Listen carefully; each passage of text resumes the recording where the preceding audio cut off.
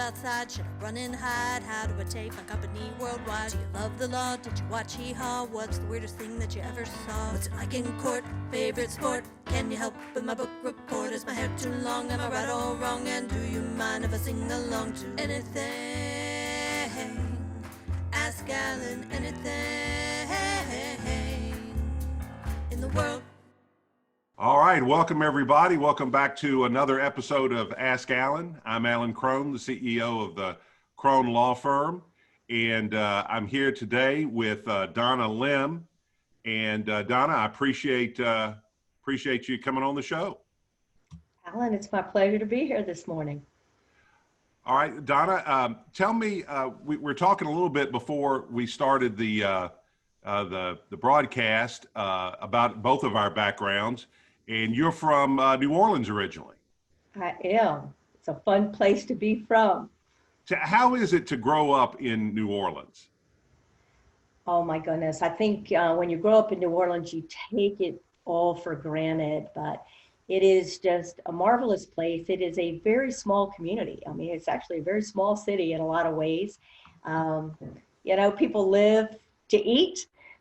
People live to find a reason to have a party, and all of that, very family focused. I got to tell you, it was a wonderful place to grow up. Now, did you do high school in New Orleans? I did. Which high school? I actually went to Mount Carmel Academy, which is a question everybody asks. They don't ask when they say, where'd you go to school? They don't mean college. They mean, where'd you go to high school? Because around here, so much is about what part of the city did you grow up in? Right. So been a ton of fun. And where did you do your post-secondary education? Well, it's interesting. I actually went to school, college at LSU, go Tigers, and then did my graduate study at the University of Bradford in England many years ago in a curriculum called International Studies curriculum, but back then looking at conflict resolution, and all that sounds real fancy. But the truth is, when I got out of school and had my postgraduate degree, it's like, what the heck am I going to do now? And my dad looked at me and he said, honey, this party is over. Go find a job. And so I think that you had a question that you're going to pose to me about, how I even got into this business. But I gave you the prelude. I mean, my dad basically saying, party over, find job. And like so many young people coming out of college, you got these degrees, but no direction. And I really began to just search, what is it that I love? What is it that I could possibly be doing that could even be applicable to my studies? And like so many people, what they study isn't actually what they go on and do in their life. I had a good friend who said, come and interview at Likes Lines. Likes Lines is an ocean carrier, steamship line that was based in New Orleans. And I interviewed with a guy named Frank Barragona, who went on to be the president of CMA CGM, one of the largest marine carriers in the world.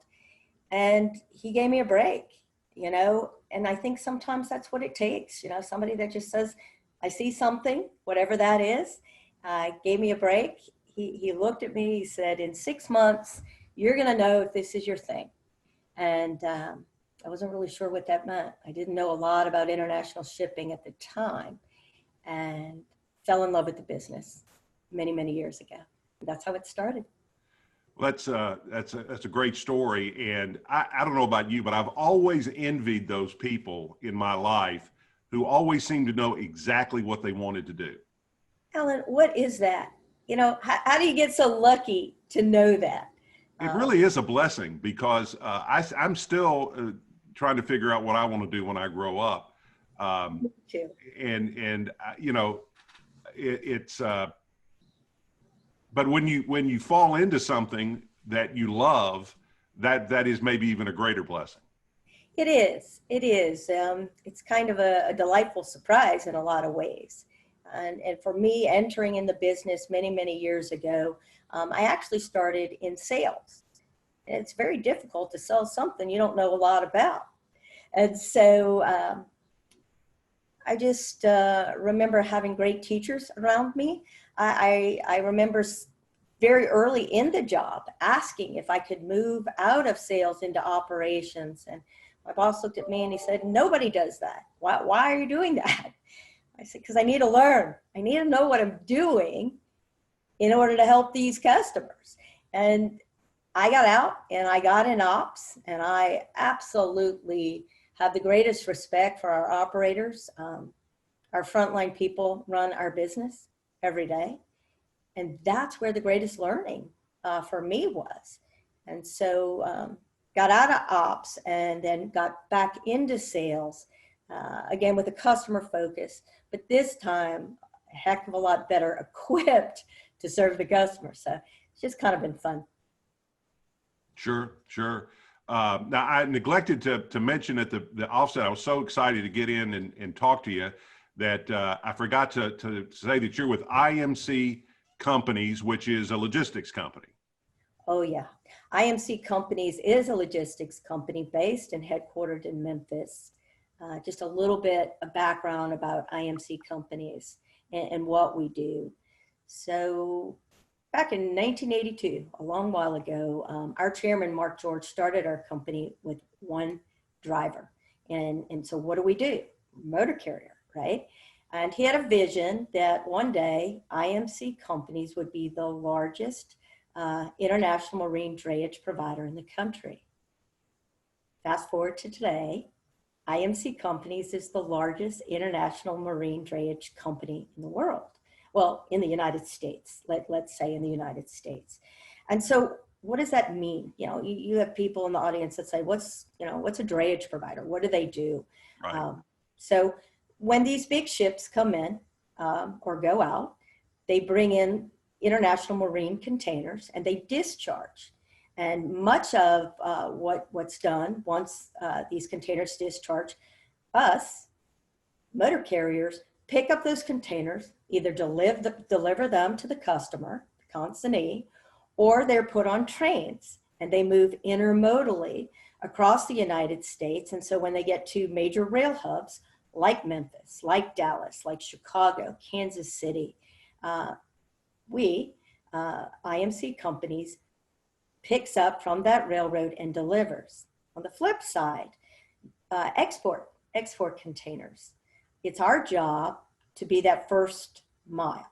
So when that export is ready, we and our drivers will pick up that export load, take it to the rail, take it to the port for exiting the United States. And that's what international marine business is all about. And that's what we as motor carriers, that's the space that we're in to connect both the shipper and our ocean carriers. We're right smack in the middle, doing first mile and last mile. That's what we do. Right. And that's almost like a military operation, it sounds like. Oh my goodness. Yeah. In a lot of ways, it's all about execution. And it's all about being on time performance. Inventory levels, are critically low, and everybody's looking for that driver, that delivery. So in a lot of ways, you're absolutely right. So I've been reading a lot lately about these new container ships that may be traveling up from the Delta into Memphis with much larger amounts of these containers. How do you think that will affect Memphis and your business? We have seen containers on barges from Memphis moving, for example, down to New Orleans. Quite frankly, excited about it. Memphis is a great hub for international commerce. We have a tremendous infrastructure with our trains, and we talked earlier about intermodal, these containers that move across the United States into Memphis, for example. But there's also a great need to move containers, empty containers, down to the Gulf and to serve another community here in the Gulf. And so we're excited about any additional mode of transport. So in essence, these containers that are now going to be moving up the river and then down the river with empties, or just one more mode, one more opportunity for us to expand our network and what we do in Memphis. So we're excited about it. Well, very good. How is your business affecting the Memphis economy? How does it relate to the Memphis economy? We believe, first of all, we're a very large employer in Memphis, and very grateful for the opportunity to be able to employ so many people, but also our drivers. We are constantly recruiting drivers. And so just by nature of what we do is vital to our economy, our ability to serve all of these shippers, both exporters and importers in Memphis and in the Delta. It's just critical in order to get these goods in and out of our city and our region. So, very good. One thing we talked about off camera that I always like to talk about is who are your role models? Who are your heroes in the business that help you get where you are now?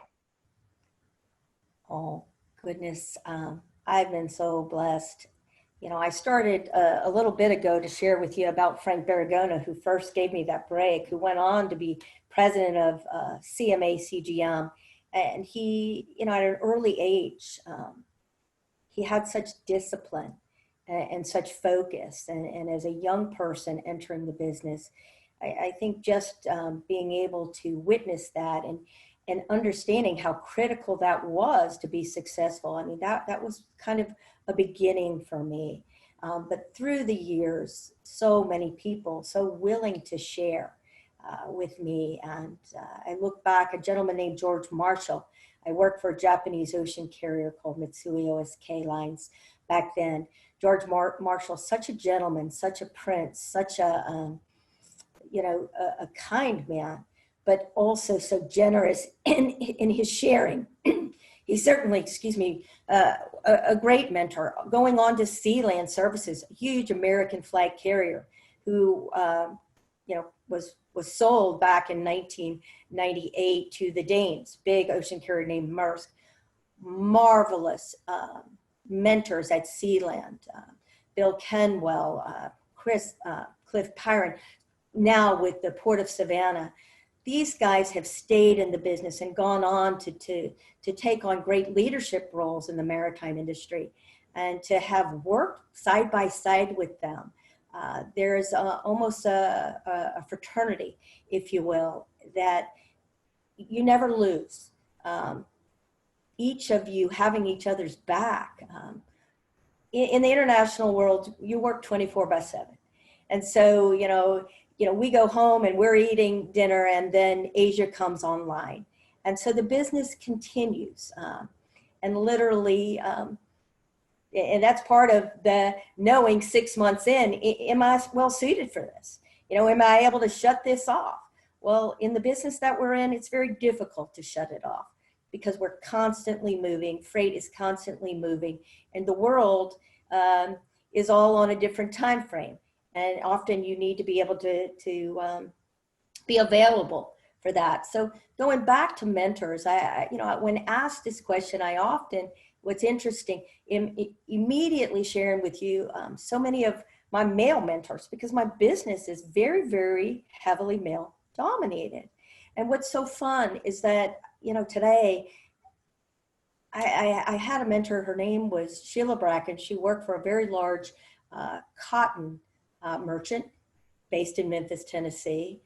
And again, as a very young person, not understanding cotton, not understanding the cotton trade, not only did she teach me the business, but her work ethic and her way that she was constantly trying to put the pieces of what we do together to find a better way and a faster way.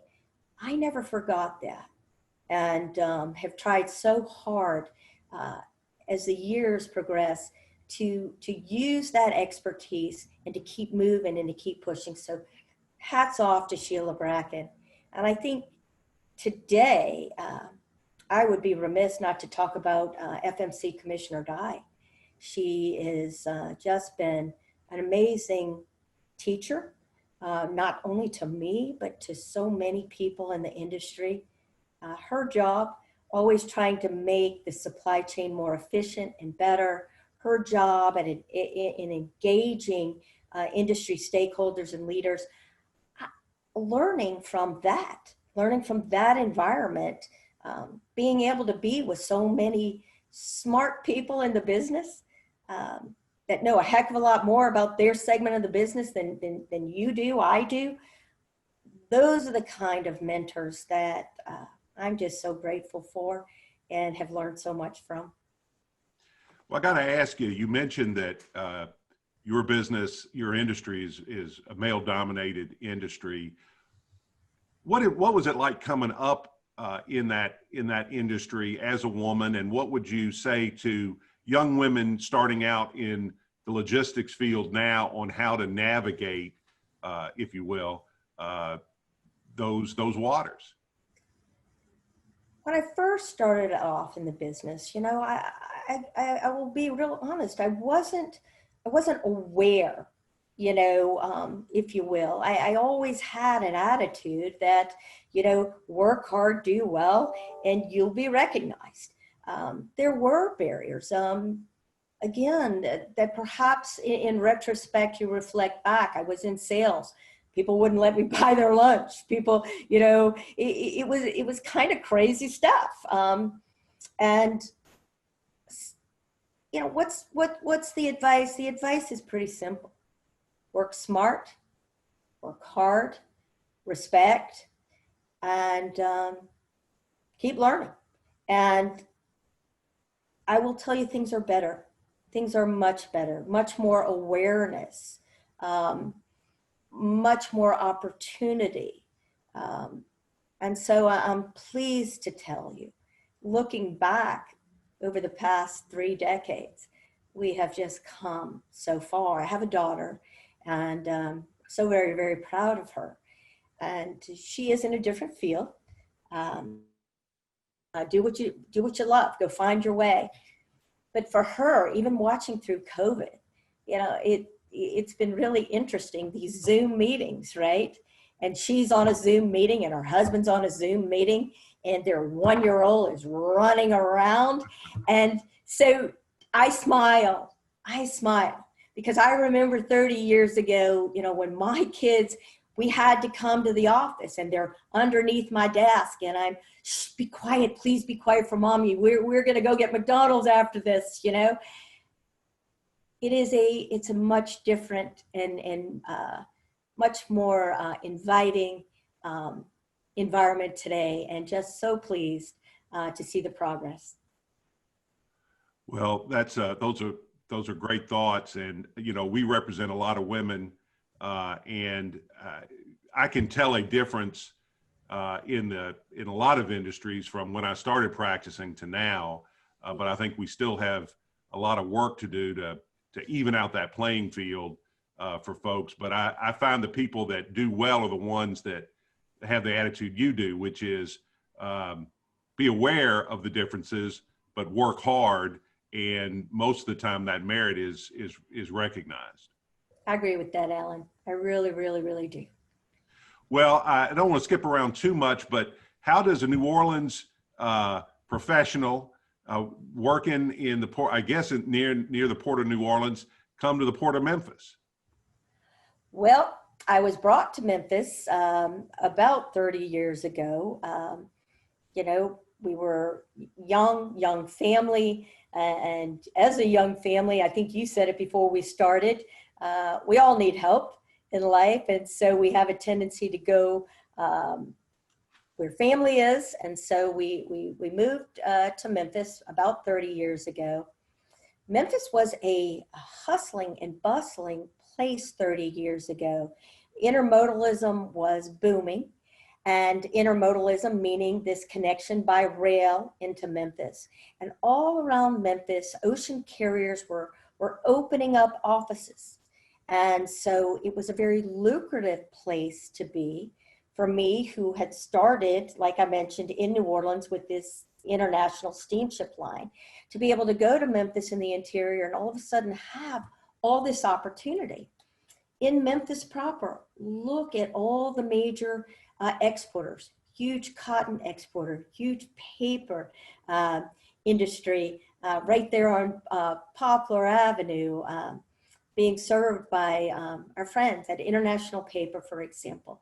So I got to Memphis and was just so blessed to be able to be in a city that was very much like New Orleans in a lot of ways, culturally like New Orleans, felt at home immediately in Memphis. And then on a business note, to be part of this thriving international intermodal community, a young person at the time with so much future ahead. And so that's how I got to Memphis. And quite frankly, that's how I am still employed and continue to work in Memphis by Mark George and Imc Companies. So it's been fantastic. Well, it wouldn't be appropriate to have a podcast in these days without talking about the current environment. And I know that your industry has been profoundly affected by the logistical strain that the pandemic has put on our society. Talk a little bit about how Imc companies are responding to that, and what challenges you have and what opportunities all of this presents for you. Well, thanks, Alan. I really want listeners to know what's going on and how, COVID-19 has impacted the logistics supply chain. And if we go back to March and April, there was, and still, so much that is unknown. But literally, when China shut down in February, it was Chinese New Year, and manufacturing absolutely came to a screeching halt. And so we did see in March this lull, and then there's this anticipation, what's coming? And this lack of visibility to understand internationally what's coming our way.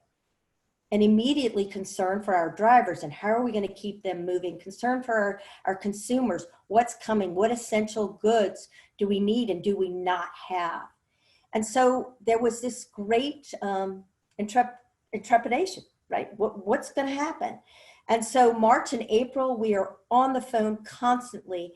And then this wave of freight starts coming in April, and it comes in this huge surge.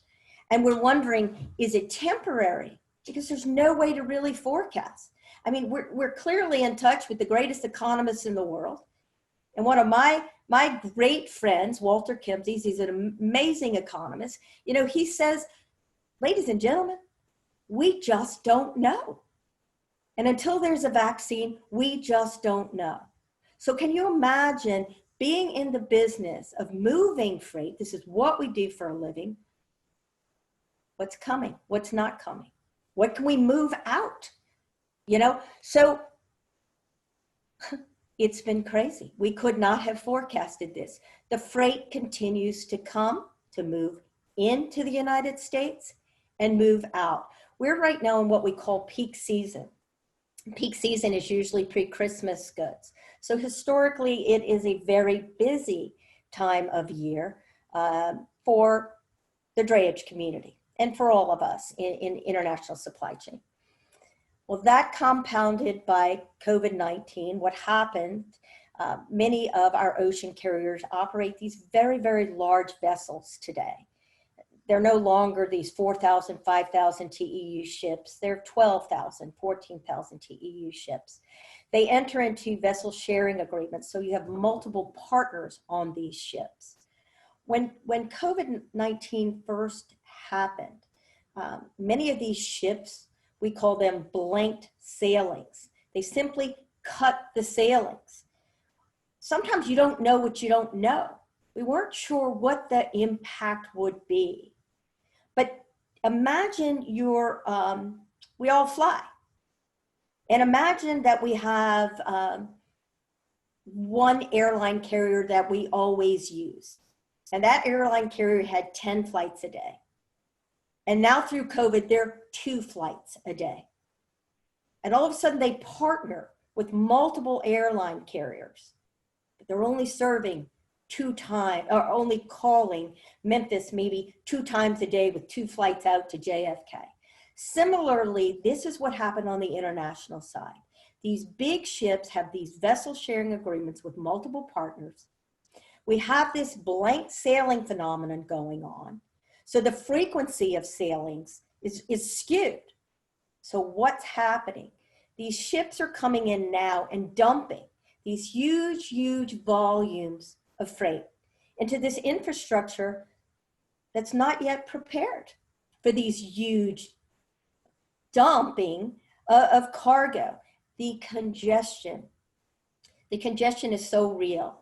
I wish I had pictures for you, Alan, just to show you these drivers that are standing in line 5 and 6 hours in LA and Long Beach, these huge gateways. And now happening on the East Coast too. And so here we sit in Memphis, this freight just domino effect coming in waves. So it's been, the community needs to know, surge of freight, critical driver shortage is going on as these drivers try to piece together and be the savior, if you will, of this supply chain that's just so bottlenecked. So that's what's going on right now. It's fun times. That's all I can tell you. Well, let me ask you this. This influx of freight, is that due to the fact that there was a backlog and folks are shipping more, or is it because it's concentrated into fewer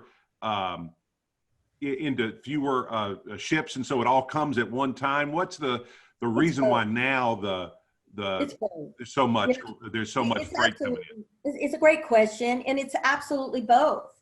You know, inventories were very low. You're also in peak season as people gear up for Christmas, and, you know, quite frankly, you know, even a little bit earlier, it was back to school, you know. So it is both. It is the replenishment of these goods, badly needed for manufacturing. And also, let's look at the flip side, exports. Exports are going great guns. The pearly gates are open. And the good news is we're moving freight outbound as fast and as furiously as we can. So it's moving in both directions. So to answer your question, it's both. One phenomenon that I think was highlighted by the pandemic was and I don't know how to describe it, you probably can describe it very, very succinctly, but this notion that the supply chain was kind of finely tuned to provide just enough inventory for retailers that they needed based on past consumption. And it really has kind of highlighted the fact that you kind of get a glitch like this, and it has ripple effects and can cause shortages. Am I right about that? And if so, what changes has the industry made to respond to that? Well, I think you saw it in stores. I think you saw empty shelves, and you know, I was shopping recently in Memphis, and let's just take it back even a couple of months. The stores were pretty bare, and so this inventory replenishment.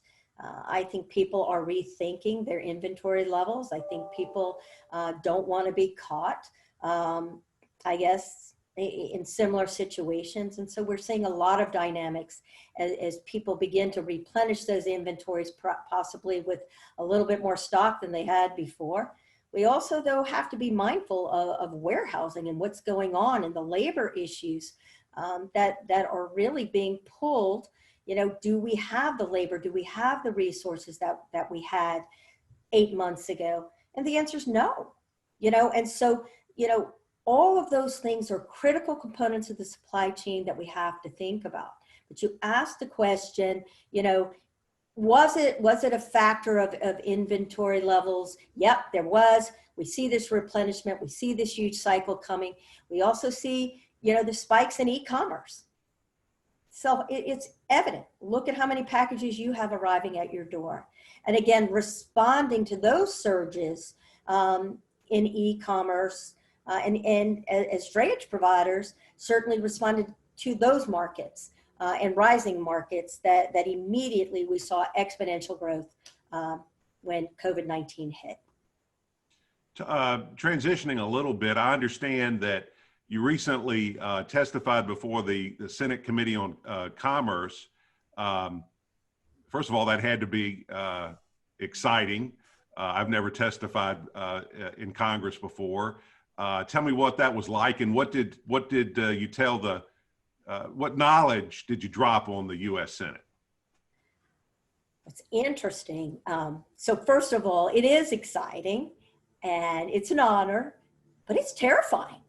You know, you got 5 minutes to go in there and tell your story, and you want to hit the highlights. You want these senators to know in 5 minutes what's going on in your industry. And so I got to tell you something that was pretty fun. So I walked in there, I slept, which I encourage anybody to do that's going to testify before Congress, and be prepared, right? But I was scared. And I looked up, and Senator Deb Fischer from Nebraska, was the chair lady, she was smiling. And then with her, behind her, 2 other lady senators came in, and they were smiling. When somebody smiles at you, you naturally respond back. And it was like kind of this calming effect. And then the guy senator, he walks in and he's late. And man, they start chiding him about being late. And immediately I'm at ease. I feel comfortable that, look, they're people just like you and me. And I get a chance to tell the story. So what's the story I'm telling? It's crazy. This is April, just a year ago. I'm telling the same story in April that I'm telling you today. I'm telling you about congestion. I'm talking about infrastructure challenges. I'm talking about being in Memphis, this amazing gateway for 5 Class 1 railroads and, you know, a highway infrastructure, bar none. And I'm talking about the challenges at the time for U.S. exporters and about this need to keep U.S. exports competitive and moving. And so that's what I was talking about. And it's crazy that here we are a year later talking about the same. I had one FMC commissioner ask me one time, Ms. Lemm, you know, he says, do you think some of the challenges at hand are systemic or one-off? And I just remember saying, sir, these issues are indeed systemic. Look what happens and the patterns of what happened year over year, surge over surge. Goodness gracious. You know, sometimes it's great to be in the business all these years, and sometimes you just want to bang your head against the wall because the same thing keeps happening year over year. And all you want to do is move the needle just a little bit so that some of these challenges go away. So I'm glad you brought it up, because that was a fun, wonderful thing to do a year ago. But more than being a wonderful experience, you just hope that somebody's listening. Yeah, sometimes it seems like everybody's talking in Washington, but they're not really listening. But I know I'm listening to you, so I'm sure they listen to you as well. Well, the good news is, you know, there was, you know, tremendous interest in what we had to say. We have recently worked with one of the Senate Commerce committees to continue to work on some of the challenges that we addressed over a year and a half ago. And so the good news is they were listening. And so that's what makes it a little bit more rewarding to at least know they're moving. We're still trying to move the needle. Now, speaking of moving, your company is investing in a new headquarters building. Is that right? We are. We broke ground just a couple of months ago. We have well over 200 employees, and we are moving to Collierville, and we should be there this time next year. we should be moved in. Like I said, they broke ground. It's a crazy time. You just hope and pray that a year from now, we'll be able to enjoy all being together in that building. They could actually move in with people. Imagine that, right? Yeah. Was there ever any doubt that you were going to stay in Shelby County? I think, again, our chairman, our people, all such a huge part of the community. I think, we always had a vested interest to stay and continue to contribute. So we found this home. It's a great fit, and we're excited about it. Well, we're glad that you're staying in Shelby. It's great when these companies that originate in Memphis and grow up in Memphis stay in the area, and that's to me that's so important. Companies like yours and FedEx and AutoZone. We have had companies relocate here like International Paper, but you can't replicate the value of a company growing up in the area. You can, and I think that's what's so important. I mean, our roots are here. We're committed to Shelby County, committed to the driving community, committed to the customers, both, like I said, our importers and our exporters, and we're committed to our employees to continue to stay and grow, and we're excited about it. One thing that you mentioned earlier that I wanted to comment on, because I think a lot of people in Memphis might intellectually know this, maybe not even intellectually know it, but certainly you don't see it all the time, and that is the community of global shippers like your company that are headquartered here, and there's a real community of those folks here in Memphis and have been for a long time. So true. I again take it back many years. People, what do you do? Are you a travel agent? I'm like, no, I'm in international shipping. What is that? The community is huge. And you mentioned some of the largest, Federal Express, oh my goodness, right? Amazing. When we look at our shipping community, our consignee community, and that is our importers, some of the people that you just mentioned, our export community, so vibrant. I mentioned our cotton merchants, the largest cotton merchants in the world, headquartered right here at home in Memphis, Tennessee. Huge employers like our paper friends right there on Poplar Avenue. But bigger than that, our community is an extension, so many people serving these big shippers on the freight forwarding community, on the customs house brokerage community, and then fortunately for us, our motor carrier community servicing these great shippers. And so it is a network. It is a network of vibrant and innovative shippers, carriers, continuing to kind of push this international community forward. So you're spot on. A lot of people in Memphis don't know that the Port of Memphis is the third largest freshwater port in the country. Yes. And I think that when I found that out, that shocked me, and I know it shocks a lot of people. And your industry is a big part of Memphis. It's a big part of, and it's always, as you say, cotton has always been traded and moved through Memphis for years, and lumber and all kinds of things. And so we just, on behalf of the city, we really appreciate your commitment to the city and the great work that you do. Thank you, Alan. We're very proud of our team and our people, and just very grateful to be in Memphis and serving the community that we do. So I appreciate that very much. Well, Donna, I've really enjoyed this. I could sit and talk shipping for a long time. I mean, it really is kind of fascinating how things get from one place to another on time and under budget. And I know it just doesn't happen, that it takes a lot of hard work to get there, and you guys certainly are doing that hard work. Thank you, Alan. It's certainly our favorite subject. So if you ever want to talk about international shipping, give us a ring. But in the meantime, we just appreciate the time this morning to talk about what we do, who we are, and the industry that we serve. It's been really fun. Good.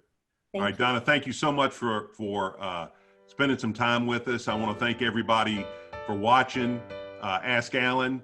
Please share us on social media, like us, all that good stuff. If you've enjoyed the broadcast, please send it to somebody you think might benefit from it. And if you're looking for a job, it sounds like these folks and a lot of other folks need drivers and warehouse workers and all kinds of folks in the logistics industry. So if you've been in a business that's been hit by the pandemic and you've lost an opportunity there, take a look at this industry for opportunities because they're thriving. Absolutely. All right, thank you very much, and I'll see y'all next time on Ask Alan. Thank you.